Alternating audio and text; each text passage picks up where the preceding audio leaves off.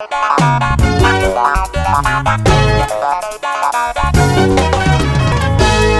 number one, Jesus number one, Jesus Jesus number one, Jesus number one, Jesus. Bien-aimés dans le Seigneur, que Dieu vous bénisse, que la grâce de Dieu soit avec vous. Votre mission, c'est le retour de Jésus-Christ et l'Apocalypse. Nous allons dans cette émission traiter le retour de Jésus-Christ et les livres de l'Apocalypse. Nous savons, lorsque nous lisons la Bible, le sujet du retour de Jésus-Christ concerne plusieurs livres. Ce n'est pas seulement l'Apocalypse, mais l'Apocalypse, c'est un livre où il y a plein de détails. Un livre presque entièrement consacré à ce thème, le retour de Jésus. C'est pourquoi nous avons intitulé notre mission le retour de Jésus-Christ et l'Apocalypse, pour que nous exploitions le livre de l'Apocalypse et aussi d'autres livres de la Bible qui parlent du même sujet. Vraiment, soyez bénis. Je vous salue tous dans le nom de notre Seigneur Jésus. Nous avons déjà commencé cette émission. Nous avons eu les premières émissions déjà. Ça, c'est la suite. Il y a deux émissions qui ont précédé. Là, nous avons uniquement parlé, parce que c'est juste un petit rappel, et nous avons subdivisé notre enseignement. Nous l'avons subdivisé en 3 points. Le premier point, c'était le royaume de Dieu est au milieu avec nous. Le royaume de Dieu est au milieu de nous. Le temps présent et le siècle présent.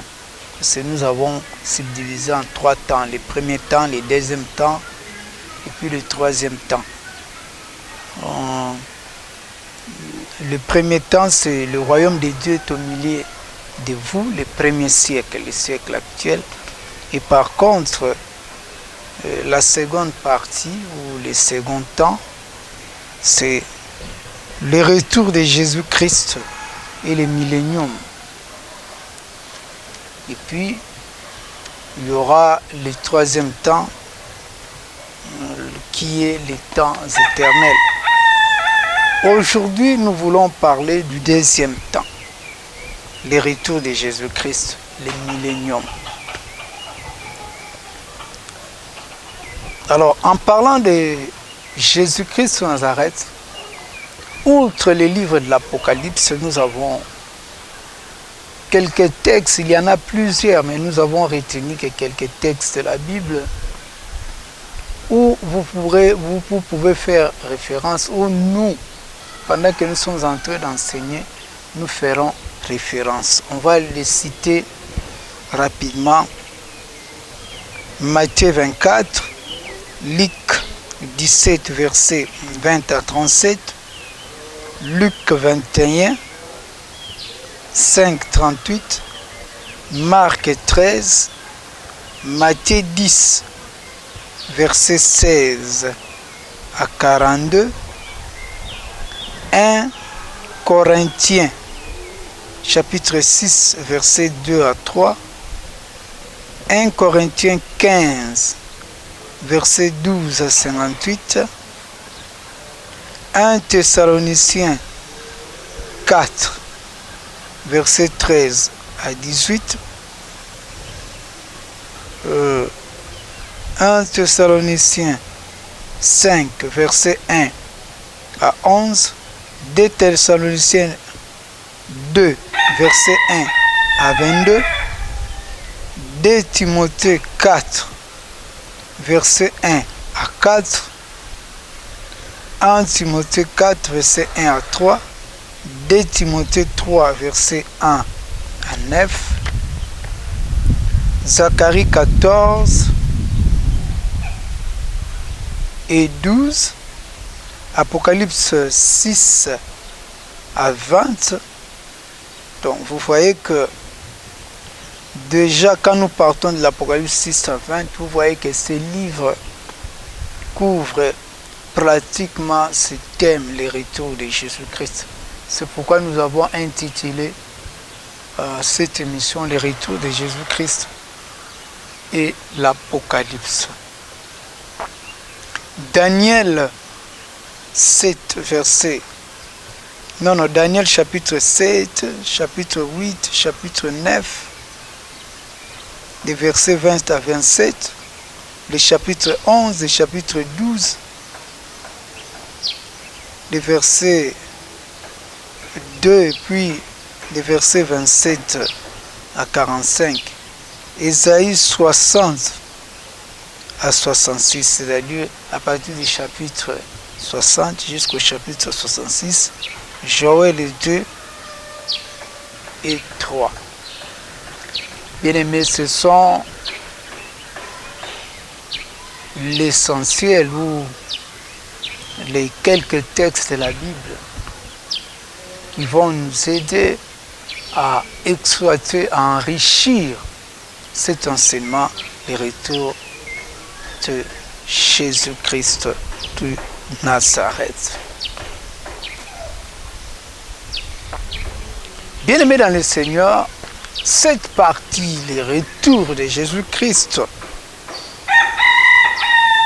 sera développée en 10 points. Nous le développons à 10 points. Les premiers points, la statue de Daniel et les 7 têtes de l'Apocalypse. Et puis 2, les signes du temps de la fin. Et puis 3, les grands signes du temps de la fin. Entre parenthèses, le 7e empire mondial. Donc, les grands signes du temps de la fin, qui est le 7e empire mondial. Armageddon, la guerre d'Armageddon. 5, les sons de la trompette. 6, l'enlèvement de l'Église. 7, apparition du Christ. 8, les milléniums. 9, Gog et Magog. Et puis 10, le jugement dernier. 9, Gog et Magog, la guerre de Gog et Magog. Voilà. La dernière guerre. Puis le jugement dernier. Bien-aimés dans le Seigneur, voilà comment nous avons subdivisé notre enseignement. Nous allons rapidement commencer par les premiers points. Les premiers points, la statue de Daniel et les 7 têtes de l'Apocalypse. Nous allons prendre la statue de Daniel et les 7 têtes de l'Apocalypse. La statue de Daniel est tirée dans les livres de Daniel. Si nous disons statue de Daniel, c'est tout simplement parce que Daniel a vu une statue. Plutôt, Daniel a interprété plutôt la vision qu'a reçue le roi Nabuchodonosor. la vision d'une statue. Nous disons la statue de Daniel, c'est par rapport au livre, c'est pas par rapport au prophète, c'est-à-dire c'est le livre de Daniel qui parle de cette statue-là. C'est pourquoi nous avons intitulé cela statue de Daniel, dont nous faisons référence au livre prophétique que nous allons lire maintenant. Daniel, le chapitre 2. Daniel, le chapitre 2. À partir du verset 31 à 47 pour les résumer. Pour les résumer,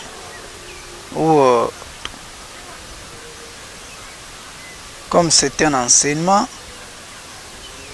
bien-aimé dans le Seigneur, je pense que tu vas nous accorder le temps et tu vas aussi être patient de suivre cet enseignement. Alors nous commençons à partir du verset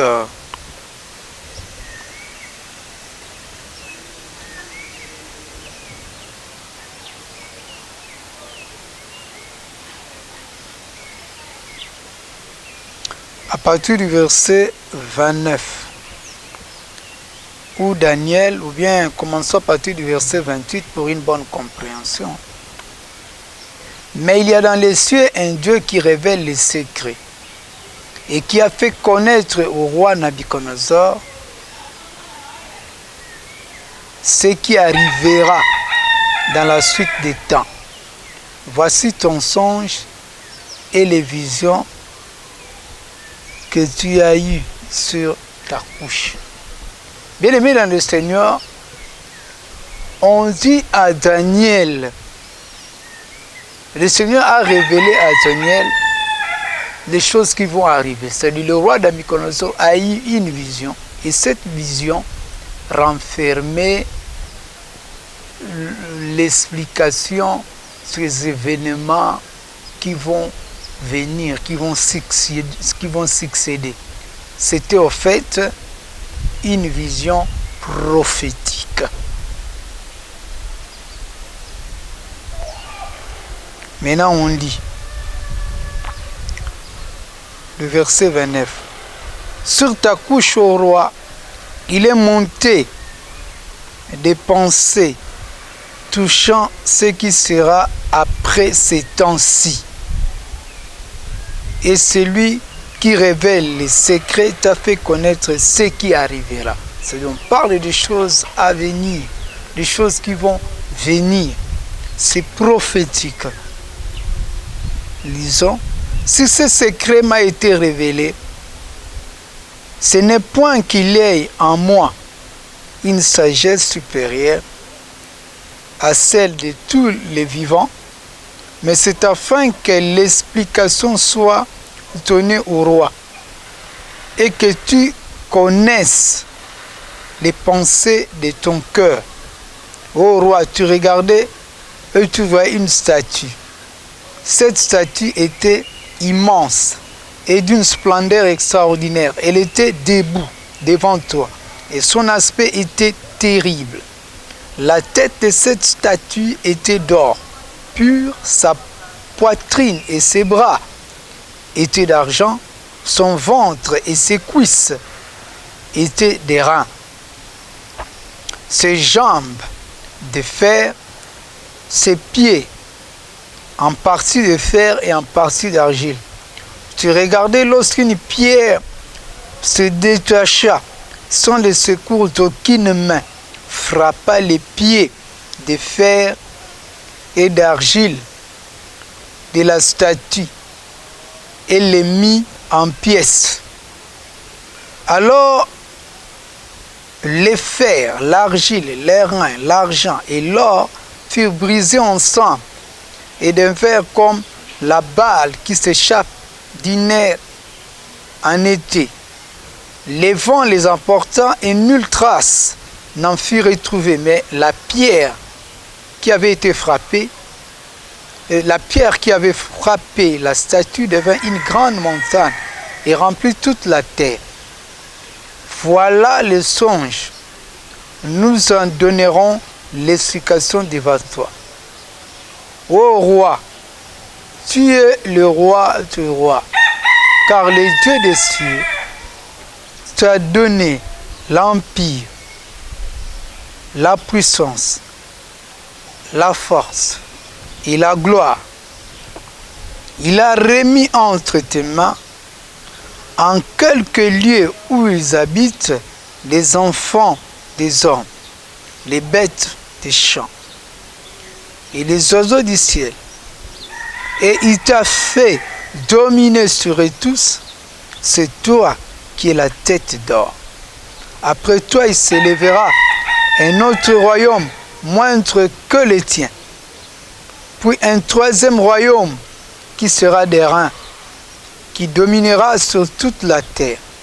Il y aura un quatrième royaume fort comme du fer, de même que les fers brisent et rompent tout, il brisera et rompra tout, comme les fers qui met tout en pièces. Et comme tu as vu les pieds et les orteils en partie d'argile, des potiers en partie de fer, ce royaume sera divisé, mais il y aura en lui quelque chose de la force du fer. Parce que tu as vu les fers mêlés avec l'argile. Et comme les doigts, les pieds étaient en partie de fer et en partie d'argile, ce royaume sera en partie fort et en partie fragile. Tu as vu les fers mêlés avec l'argile parce qu'ils se mêleront par des alliances humaines, mais ils ne seront point unis l'un à l'autre. De même que le fer ne s'allie point avec l'argile. Dans le temps de ce roi, le Dieu des cieux suscitera un royaume qui ne sera jamais détruit et qui ne passera point sous la domination de notre peuple. Il brisera et anéantira tout ce royaume-là, et lui-même subsistera éternellement. C'est ce qu'indique la pierre que tu as vue, s'est détachée de la montagne sans le secours d'aucune main, et qui a brisé les fers, terrain, l'argile, l'argent, l'or, les grands dieux, a fait connaître au roi ce qui doit arriver après cela. Le songe est véritable et son explication est certaine. Gloire au Seigneur. Bien-aimé, tu vois, le roi a une vision. Daniel vient donner les explications. Il vient interpréter. Et n'oublie pas que Nabuchodonosor était empereur. Et comme il était empereur, il régnait sur toute la terre. Il régnait sur toute la terre. Le Seigneur voulait lui montrer les empires qui allaient succéder après lui. Le royaume, c'est-à-dire une royauté qui va régner sur toute la terre, c'est-à-dire les royautés qui régneront sur toute la terre, des royautés qui succéderont son empire et qui régneront sur les habitants de la terre. Il a eu une vision. Et cette vision, on lui dit, du moins dans cette vision de Daniel, on commence par lui. On dit que lui, il est la tête d'or. Parce que cette statue avait une tête en or. Et cette tête en or, on dit, c'est bien lui. C'est bien lui. Après, il y aura une seconde royauté qui aura moins de force, et puis un troisième, et puis un quatrième. Un quatrième terrible. Et jusqu'après ce quatrième, va maintenant apparaître le royaume de Christ. Vous voyez que ce livre de Daniel nous a brossé les événements qui étaient présents à cette époque, c'est-à-dire du royaume de Babylone qui existait parce que Nabuchodonosor était roi de Babylone. Et après lui, quand nous fuyons dans l'histoire, nous voyons que ce sont des Mèdes et des Perses qui ont succédé à cet empire. Et puis après, nous avons eu l'empire grec dirigé par Alexandre le Grand. Et puis après est venu l'empire romain. L'empire romain, nous allons les lire dans les livres de l'Apocalypse, qui va renaître, qui va ressusciter, se renaître, réapparaître, l'Empire romain qui va réapparaître comme l'Empire de l'Antéchrist. Ça, c'est les livres de l'Apocalypse qui va nous l'expliquer. Mais ici, les livres de Daniel nous brossent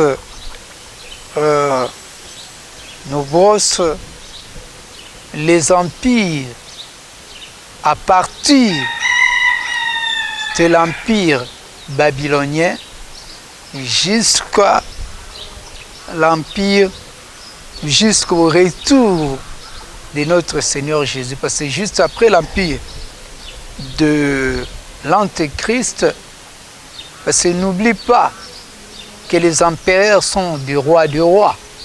Ils sont des seigneurs, c'est-à-dire c'est le roi de plusieurs rois. L'empereur, c'est le roi de plusieurs rois. Alors, ces images sont au fait que de typologie de ce qu'adviendra la terre au retour de notre Seigneur Jésus. Le Seigneur Jésus qui est le roi des rois. Le Seigneur Jésus viendra régner sur toute la terre. Lui, le Seigneur Jésus, est plus que Nabuchodonosor, le roi de Babylone. Il est plus que les Darius,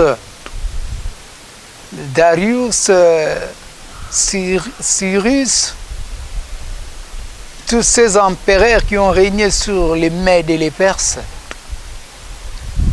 Il est aussi plus qu'Alexandre le Grand et plus que tous les empereurs romains qui ont régné sur Rome et ensuite sur Constantinople, l'empire romain d'Orient qui n'est tombé qu'en 1453. Et Jésus, il apparaîtra l'Antéchrist qui régnera sur toute la terre et viendra le roi des rois, le Seigneur des seigneurs, Jésus, qui va régner sur toute la terre pendant 1000 ans.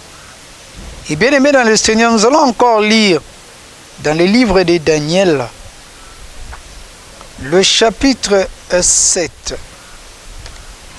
Après cela, Daniel, le chapitre 7, oui, nous commençons à partir du verset 1. La première année de Belsassar, roi de Babylone, Daniel eut un songe et des visions de son esprit pendant qu'il était sur sa couche. Ensuite, il écrivit le songe et raconta les principales choses. Daniel commença et dit: je regardais pendant une vision nocturne, et voici les 4 vents des cieux firent irruption sur la grande mer, et 4 grands animaux sortirent de la mer, différents l'un de l'autre. Les premiers étaient semblables à un lion, et avait 2 ailes d'aigle. Je regardai jusqu'au moment où ses ailes furent arrachées. Il fut enlevé de terre et mis debout sur ses pieds comme un homme, et un cœur d'homme lui fut donné. Et voici un second animal était semblable à un ours, et se tenait sur un côté. Il y avait 3 côtes dans la gueule entre les dents. Et on lui disait, lève-toi, mange beaucoup de chair. Après cela, je regardais, voici, un autre était semblable à un léopard et avait sur le dos 4 ailes comme un oiseau. Cet animal avait 4 têtes et la domination lui fut donnée. Après cela, j'ai regardé pendant mes visions nocturnes et voici, il y avait un 4e animal terrible, épouvantable et extraordinaire, fort. Il avait de grandes dents de fer. Il mangeait brisé et foulait aux pieds ce qui restait. Il était différent de tous les animaux précédents. Et il avait 10 cornes. J'ai considéré les cornes et voici une autre petite corne sortie du milieu d'elles. Et les 3 de premières cornes furent arrachées devant cette corne.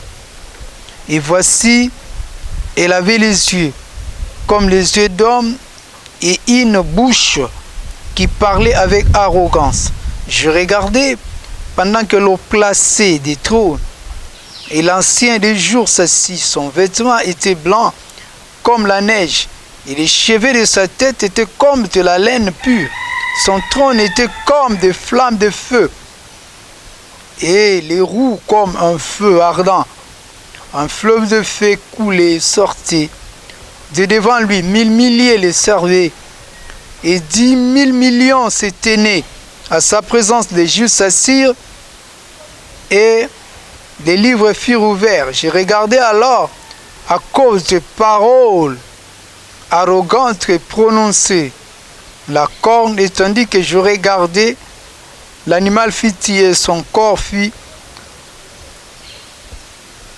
anéanti, livré au feu pour être brûlé.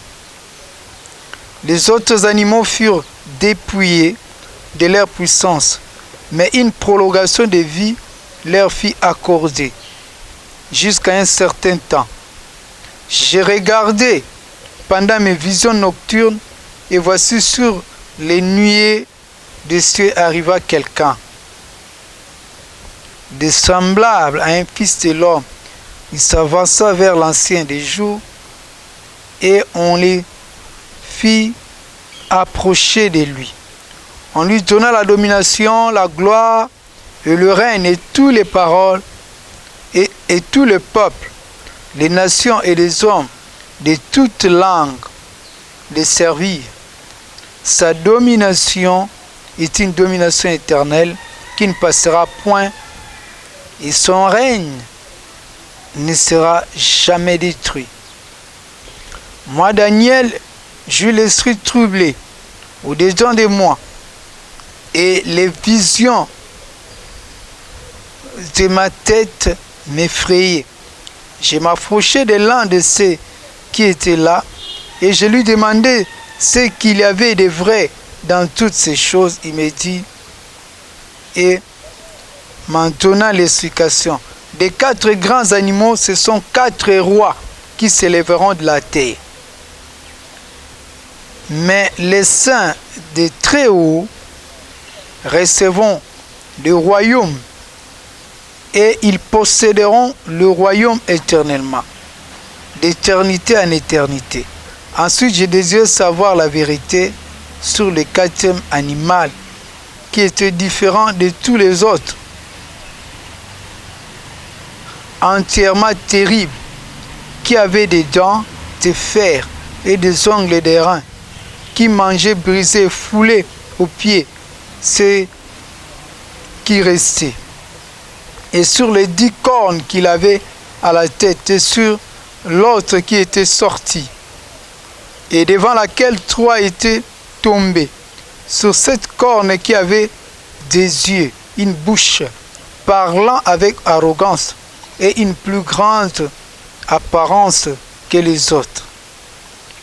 J'ai vu cette corne faire la guerre aux saints et l'emporter sur eux.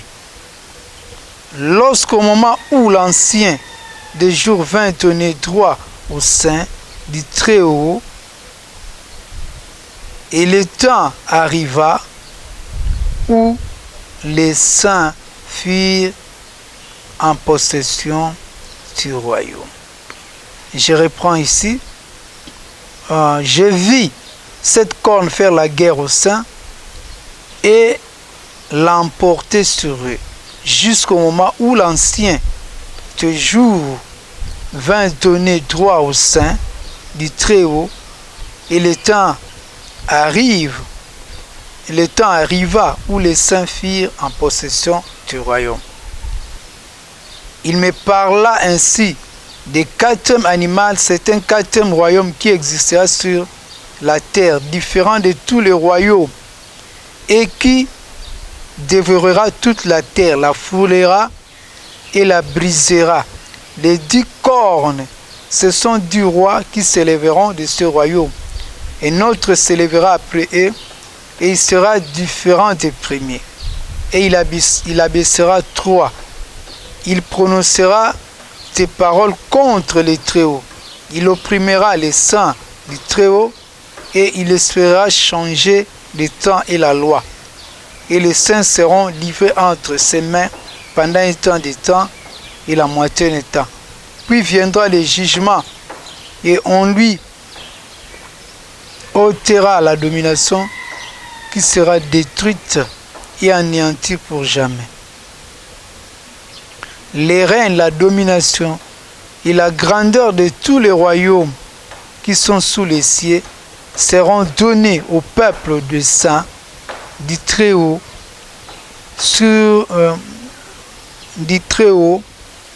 Son règne est un règne éternel, et tous les dominateurs les serviront et lui obéiront. Et finir les paroles. Bien-aimés dans le Seigneur, je crois que par la grâce de Dieu, le Seigneur a encore donné une explication à Daniel. Cette explication vient de l'Apocalypse 7, c'est-à-dire, oui, au départ c'était le roi, l'empereur qui avait la vision, et maintenant Daniel reçoit la vision. Daniel, autrefois, il n'avait fait qu'interpréter, cette fois-ci il les reçoit lui-même. Et il les reçoit lui-même et il nous les communique. Il nous donne la vision des choses à venir. Donc il va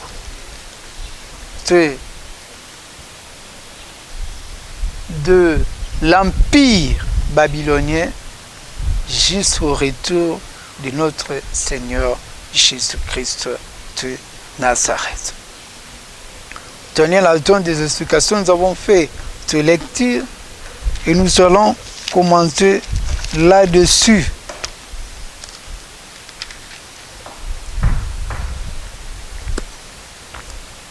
Bien-aimés dans le Seigneur, le livre de Daniel, le chapitre 7, n'a fait que compléter, rédire et expliquer davantage l'Apocalypse, plutôt le livre de Daniel, le chapitre 2, c'est-à-dire la statue de Daniel.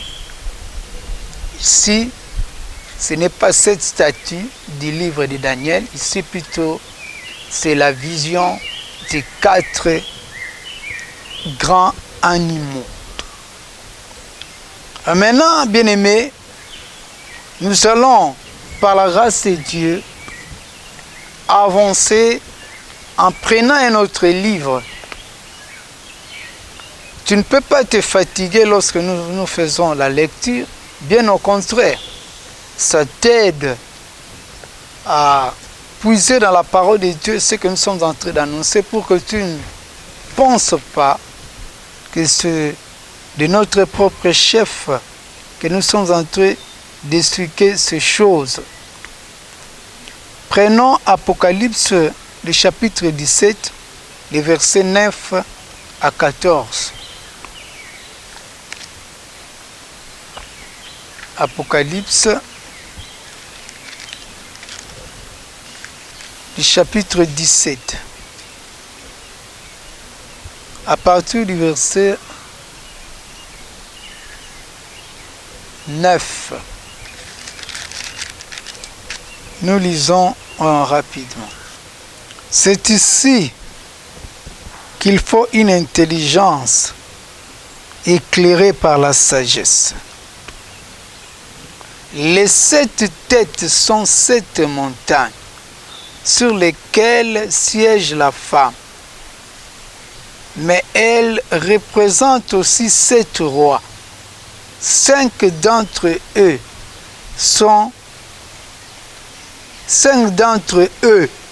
ont été renversés. Un autre règne en ce moment. Et un autre n'est pas encore venu. Une fois qu'il sera là, il ne doit rester que peu de temps. Quant à la bête qui n'était plus, elle est elle-même un 8e roi. Elle est aussi l'un de 7, et elle va à la perdition. Les 10 cornes que tu as vues sont 10 rois qui ne sont pas encore parvenus au pouvoir, mais ils recevront pendant 1 heure l'autorité royale et ils l'exerceront en commun avec la bête. Ils poursuivent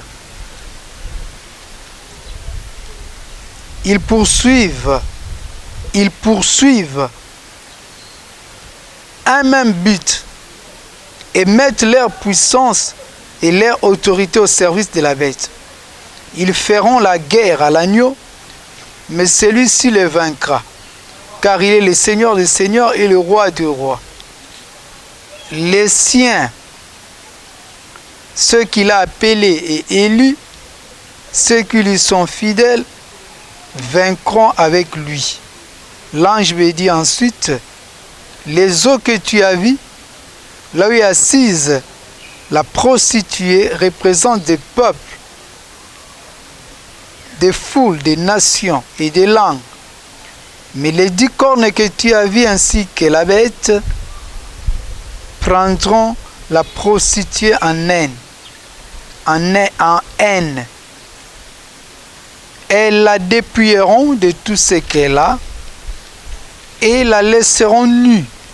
Elles dévoreront ses chairs et la consumeront par le feu, car Dieu leur a inspiré la résolution d'exécuter son propre plan, en faisant cause commune et en mettant leur pouvoir royal au service de la bête, jusqu'à ce que toutes les décisions de Dieu soient accomplies. Cette femme que tu as vue représente la grande ville qui exerce son pouvoir sur tous les souverains du monde.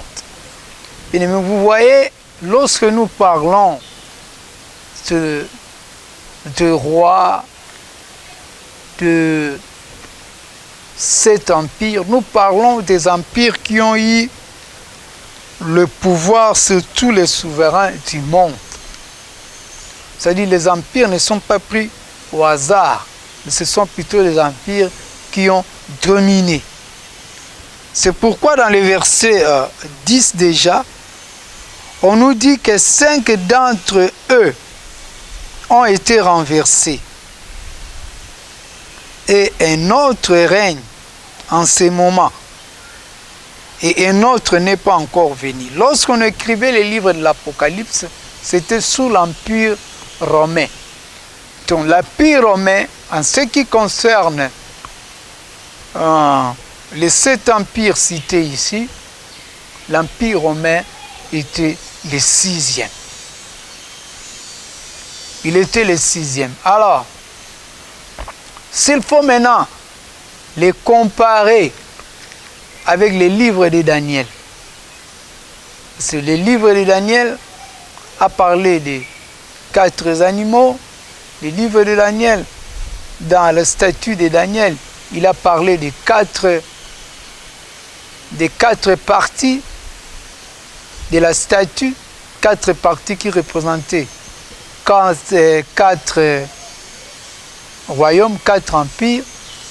De l'autre côté aussi, lorsqu'il parle des 4 animaux, les 4 animaux représentaient aussi 4 empires, 4 royautés. Alors si l'empire romain est le 6e, dans la statue de Daniel, l'empire babylonien est le premier, c'est-à-dire la tête en or. Sur les 4, nous avons les premiers, qui est l'empire babylonien, dont le 4e était l'empire romain. Donc, si ici, dans les livres de l'Apocalypse, l'empire romain est 6e, donc il y a 2 empires qui ont précédé l'empire babylonien.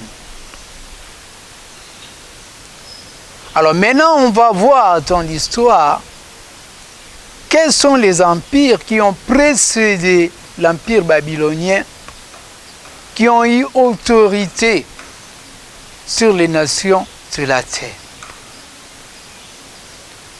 Nous ici, dans notre enseignement ici, nous représentons l'empire égyptien.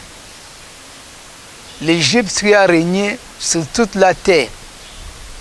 Et puis, le royaume de Nimrod.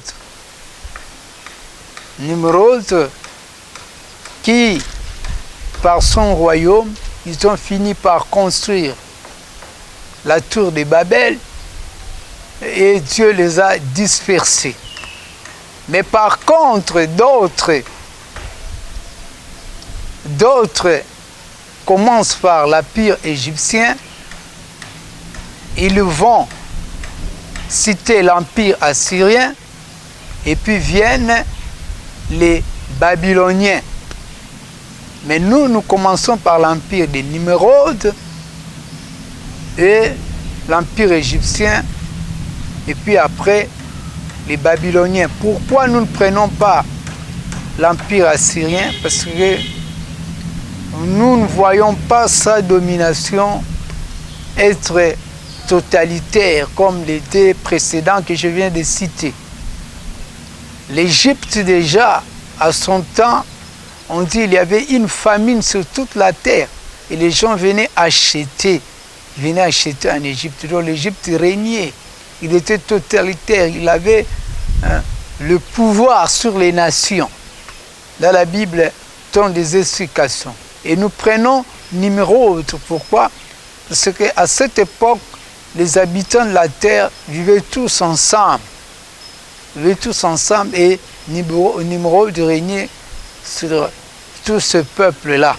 Juste ceux qui sont allés. La Bible même dit ils avaient une seule langue. Ils sont allés bâtir l'empire babylonien. C'est pourquoi nous avons commencé par là. Et le premier empire commence par là. Et puis le second, c'est l'empire égyptien. Et par contre, d'autres disent ils commencent par l'Égypte et puis assyrien. C'est à eux de vous donner les explications pourquoi ils les disent, mais par contre, bien que l'Empire assyrien soit quand même puissant, mais sa domination par rapport à l'Égypte et par rapport à Nimrod qui avait le contrôle de tout le peuple, nous trouvons que le royaume de Nimrod et les Égyptiens ont beaucoup plus d'ampleur ou plus de domination sur les hommes que l'Empire en Syrie. Je crois que là, nous avons expliqué les choses. Alors dans toutes ces choses, comme c'est une prophétie biblique, on va qu'observer dans l'histoire si cette prophétie est vraie. Est-ce que réellement il y a eu des empires qui ont dominé sur la terre? Les livres de l'Apocalypse, on dira peut-être, c'est écrit à partir du 6e empire. Ils ont fouillé dans l'histoire, c'est pourquoi ils ont essayé de donner cette subdivision. Mais par contre, si nous voyons dans les livres de Daniel, on n'était que dans le 3e empire. Il restait encore 4. Et même dans les livres d'Apocalypse, il reste encore un empire qui n'est pas encore venu, celui de l'Antéchrist. Donc la prophétie vaut la peine. Gloire au Seigneur. Et pourquoi quelqu'un dira, pourquoi nous parlons du retour de notre Seigneur Jésus, et mais nous partons de ces textes de la Bible? Pourquoi nous prenons le livre de Daniel, nous parlons de la statue de Daniel, ainsi de suite? Oui, parce que c'est de là que les explications vont pour montrer le retour de notre Seigneur Jésus. C'est-à-dire, ce livre montre la succession des empires et comment le royaume de Christ va supplanter tous ces royaumes. Mais bien aimé dans le Seigneur, ce que nous devons aussi comprendre, que c'est un livre prophétique. Ça nous aide aussi à voir les choses qui se sont accomplies déjà, les choses qui sont actuellement et des choses à venir. Donc c'est un livre important qui nous rassure et qui nous donne la certitude que Jésus revient. C'est pourquoi c'est intéressant de lire ces livres. Alors maintenant, pour commencer, nous commençons par les premiers empires. C'est le point 1.1, l'empire de Nimrod, le premier empire mondial. Donc nous commençons par cet empire. Nimrod, fils de Cush, fils de Cham, de la 13e génération depuis Adam, et de la 4e génération depuis Noé, fit les premiers souverains sur la terre. Nimrod fut vaillant chasseur devant l'Éternel. C'est pourquoi l'on dit comme Nimrod, vaillant chasseur devant l'Éternel. Les premières villes de son royaume furent Babel. Souvenez-vous de la tour de Babel. Furent Babel, Érec, Akkad et Calné, au pays de Chilnéens. Genèse, chapitre 10, verset 12. Nous allons les lire. Tu vois, qu'est-ce que le livre de Genèse nous dit? Nous prenons rapidement, par la grâce de Dieu, notre Bible dans les livres de Genèse. Dans les livres de Genèse, Et c'est le chapitre 10 que nous prenons. Le 40e verset, c'est le verset 8. Cushi aussi pour fils Nimrod, qui s'est mis à exercer un grand pouvoir sur la terre. Vous voyez? C'est Nimrod. Ici, on ne pouvait pas omettre ce souverain qui, le tout premier, et spirituellement, pourquoi nous l'avons pris? Parce que spirituellement, tout commence par là. En ce qui concerne l'exercice que Dieu avait de disperser ou de confondre le royaume, c'est-à-dire ça commence par là, s'il faut les compter à partir d'après Noé, lorsque les hommes se sont reconstitués. La première confusion, la première lutte de Dieu contre les empires qui ont été totalitaires ou qui régnaient sur toute la terre,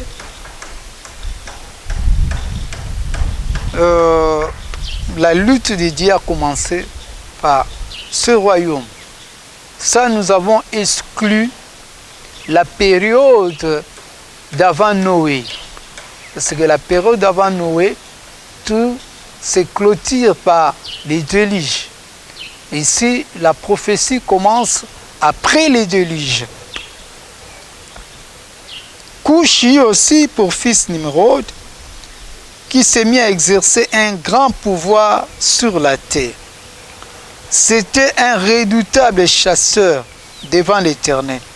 De là vient l'expression redoutable chasseur devant l'Éternel comme Nimrod. Les capitales, vous voyez, les capitales de son royaume furent Babel, là où il avait la tour, Érec, Akkad. Souvenez-vous dans l'histoire du peuple akkadien, et Calné au pays de Shinéar. De ces pays-là, il passa en Assyrie et bâtit Ninive. Donc lui, Nimrod, va aller à Assyrie et il va bâtir Nimrod. Même lorsque l'empire assyrien était ressuscité en puissance, ils avaient déjà une pierre posée par Nimrod. Posée par Nimrod, parce que c'est Nimrod qui a bâti Ninive. Or, les Assyriens, leur capitale, c'était Ninive. Donc, en quelque sorte, s'il faut être d'accord avec ceux qui parlent de l'Empire assyrien, nous dirions que l'Empire de Nimrod par les Assyriens n'a été qu'une résurrection. C'est alors qu'on parlera d'un seul royaume, celui de Nimrod, qui a fait son rebondissement avec l'avènement des Assyriens. Mais entre ce rebondissement, c'est-à-dire entre l'empire de Nimrod et les rebondissements assyriens, il y a eu l'empire égyptien. C'est pourquoi nos frères ont été tentés de représenter l'empire assyrien. Mais l'empire assyrien, si vous les prenez seulement à partir d'après l'Égypte précédant l'empire babylonien, là vous allez omettre l'aspect que Nimrod avait déjà posé le fondement. Donc c'est pareil avec le 4e empire dans la Bible, quand vous parlez de l'empire romain et puis on parle de la résurrection de l'empire romain, l'empire de l'Antéchrist n'est que la résurrection, c'est toujours le 4e empire, mais c'est la résurrection de l'empire romain. en puissance, supérieur en gloire et avec beaucoup plus d'autorité et d'efficacité. Et le pouvoir est beaucoup plus totalitaire.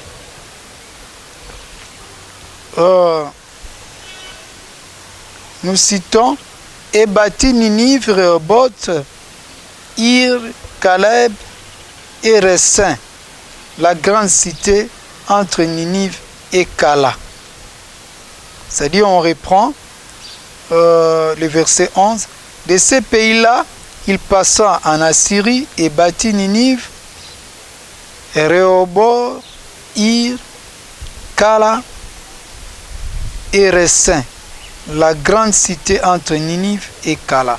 Tu vois, c'est Nimrod qui commença à régner sur tous les habitants de la terre lorsqu'il y a eu confusion à la tour de Babel. C'est alors que Nimrod est allé bâtir l'empire assyrien qui n'a pris l'ampleur. C'est-à-dire ça a commencé là, c'est-à-dire ça avec Nimrod, ça a commencé là, mais l'ampleur de résurrection n'est venue qu'après l'empire égyptien. Alors nous allons, par la grâce de Dieu, lire encore un livre et puis nous allons clôturer. Chroniques, chapitre 1, le verset 10. Chroniques, le chapitre 1, le verset 10. Chronique, un Chronique, le chapitre 1, le verset 10.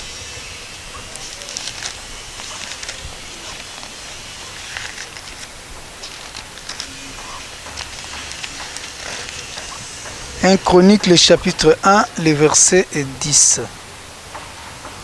La Bible nous dit, Couche fit le père de Nimrod, qui s'est mis à exercer un grand pouvoir sur la terre. Tu vois, Nimrod, dans d'autres versions, on dit tout simplement, c'est le premier souverain de la terre. Donc c'est le premier roi qui a régné sur la terre, certainement après les dieux riches. Alors, bien aimé dans le Seigneur, puisque nous avons lu, la Bible nous dit, or toute la terre parlait un même langage avec les mêmes mots, partis de l'Orient.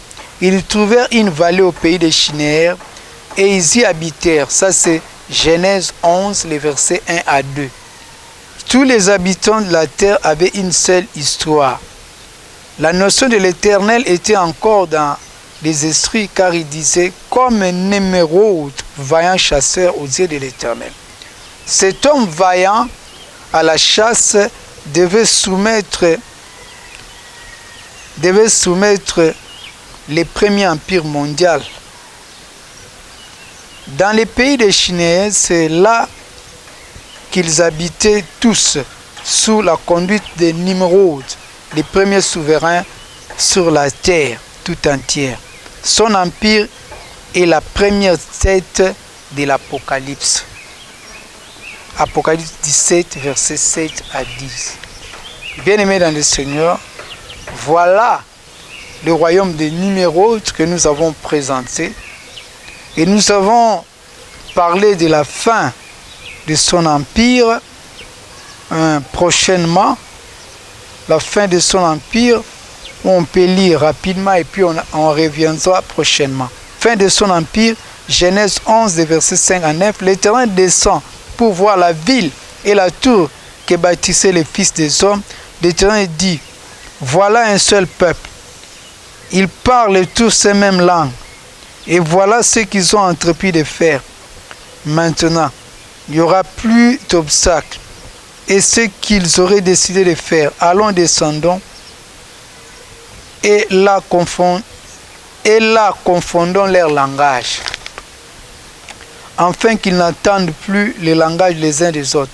L'Éternel dissémina loin de là sur toute la surface de la terre, et ils cessèrent de bâtir la ville. Voilà. Bien-aimés dans le Seigneur, nous voyons maintenant comment cet empire a été dispersé par le Seigneur. C'est de là maintenant que Numéro était sorti pour aller bâtir l'empire assyrien. Donc vous voyez, bien-aimés dans le Seigneur, cette première partie, nous l'avons déjà expliqué. Cette émission doit nécessairement finir compte tenu du temps. Nous allons poursuivre prochainement. On pourra peut-être commenter un peu sur la fin de cet empire. Et puis après, nous allons introduire le second empire, les points 1, 2, l'empire égyptien, le deuxième empire mondial. Que Dieu vous bénisse. Nous allons nous revoir à l'émission prochaine. Bye bye.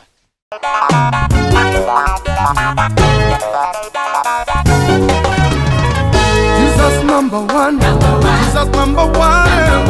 Jesus.